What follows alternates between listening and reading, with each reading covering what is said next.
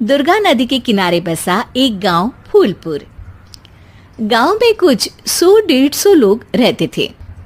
अंजलि, जो कि पास ही के जिले में रहती थी और 12वीं पास कर चुकी थी, उसके पिताजी ने बेटी को जल्दी विदा करने के लिए उसकी शादी फूलपुर गांव के मुकेश से करवा दी थी।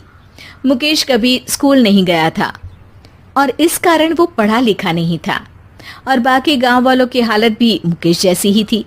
मुकेश के घर में उसके माता पिता भी रहते थे।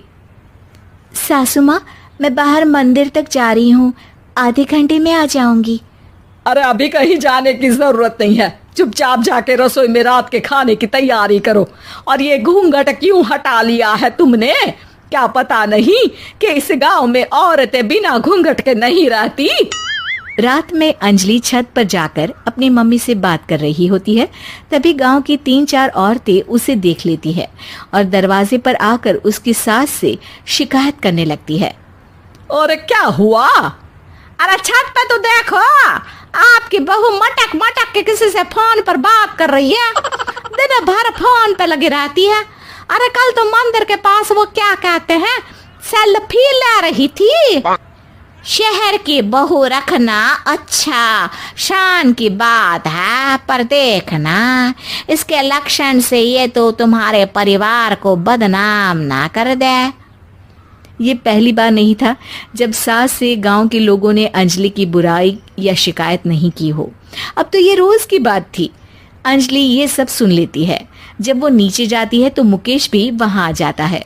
सास कहती है, बेटा, लोग घर आकर शिकायत करने लगे हैं बहू के कामों की। देख लो, पति हो, संयम से रखो इसे। माँ जी, मैं तो अपनी माँ से बात कर रही थी क्योंकि यहाँ कोई बात करने लायक ही नहीं है और अब मैं माँ के पास ही रहूंगी। वहाँ क्या रहना, वहाँ बाहर के लोग तो ठीक है पर घर के लोग भी इज्जत ना दे सके। अरे नहीं नहीं अंजलि, ऐसा नहीं है, धीरे धीरे सब ठीक हो जाएगा, तुम फिक्र ना करो। अरे बस कुछ बोलना ही नहीं है, सर पे चढ़ा रखा है बहू को। सास मुकेश की नरम बात सुन के वहां से मुंह चढ़ाकर चली जाती है।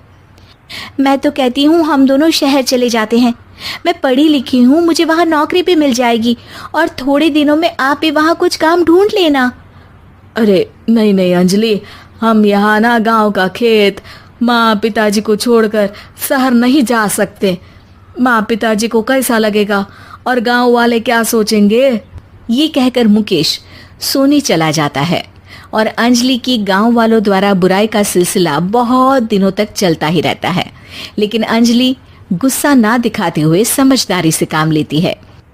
बारिश का मौसम चालू हो जाता है। जोरदार बारिश से पूरे गांव में हाहाकार मच जाता है। दुर्गा नदी में बाढ़ आ जाती है और बाढ़ का पानी पूरे गांव की फसल तबाह कर देता है। फसल की ये हालत देखकर गांव वाले निराश हो जाते हैं और बात तो यहाँ तक पहुँच जाती है कि कुछ लोग तो अंजलि को इस सब का दोषी ठहरा देते हैं। अरे पूरी फसल तबाह हो गई, पता नहीं किसकी नजर लग गई है। अरे जब से चौधरी परिवार में ये शहर की बहू आई है ना, तब से ही गांव की शांति चली गई है। इसके कर्म कांड से माँ दुर्गा नदी भी खुश नहीं है।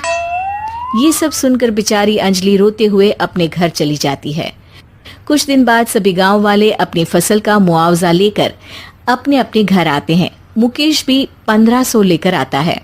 अंजलि को जब पासबुक दिखाता है तो अंजलि हैरान हो जाती है।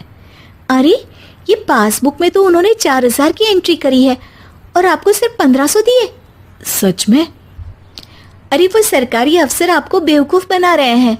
सरकार की तरफ से हमें 4000 मिले हैं लेकिन बाकी का सारा पैसा खुद ही खा रहे हैं। आप लोग के अनपढ़ होने का फायदा उठा रहे हैं। ये सब सुनकर मुकेश परेशान हो जाता है लेकिन अंजलि उसे हिम्मत से काम लेने को कहती है और सुबह होते ही मुकेश को पंचायत कार्यालय ले जाती है और साथ में गांव के और लोगों को भी। आप सरकारी बाबू क्या गांव के लोगों को बेवकूफ समझते हैं? आपको क्या लगता है ये पढ़े लिखे नहीं है तो आप कुछ भी मनमानी करेंगे? ये बेचारे दिन रात इतनी मेहनत करते हैं, ये हमारे अन्नदाता हैं और आप इनके साथ ऐसा धोखा करते हैं। अरे क्या बके जा रही है ये लड़की? किस धोखे की बात कर रही है? अपने कांड करके नदी माँ को नाराज करके हमारा नुकसान करके इसे चैन नहीं मिला क्या? सरपंच जी, इन सरकारी बाबू ने मुझे बेवकूफ बनाया है और मेरे हिस्से के पैसे खुद चट कर गए। बस ये सुनते ही सरपंच वहां से दुम दबाकर भाग जाता है। पता चलता है कि जनपद अधिकारियों ने गांव के सरपंच के साथ मिलकर सबके साथ धोखा किया है। सब लोगों का विरोध शुरू हो जाता है और आखिर में अधिकारी सब गांव वालों के हिस्सों के बचे हुए पैसे उन्हें लौटा देते हैं और कई दिन तक सरपंच गांव में लौटता ही नहीं। अंजलि, तुम नहीं होती तो हम गांव वालों को तो पता ही नहीं चलता कि ये हमें हर बार बेवकूफ बनाते हैं। हाँ हाँ अंजलि बेटी, हमें माफ कर दो। हम सब तुम्हें बुरा भला कहते रहे, लेकिन तुमने ही आज हमें बेवकूफ बनाने से बचाया है। हमें तुम पर गर्व है बेटी। अब समझ आया कि सरपंच तुमसे नहीं, तुम्हारे पढ़े लिखे होने से नफरत करता था। क्यों ना इस बार हम अंजलि को ही सरपंच पद के लिए चुन ले? क्या कहते हो गांव वालों? पढ़ी लिखी सरपंच। बस पूरा गांव अंजलि के लिए ताली बजाता है और अंजलि की सास उसे खुशी से गले लगा लेती है।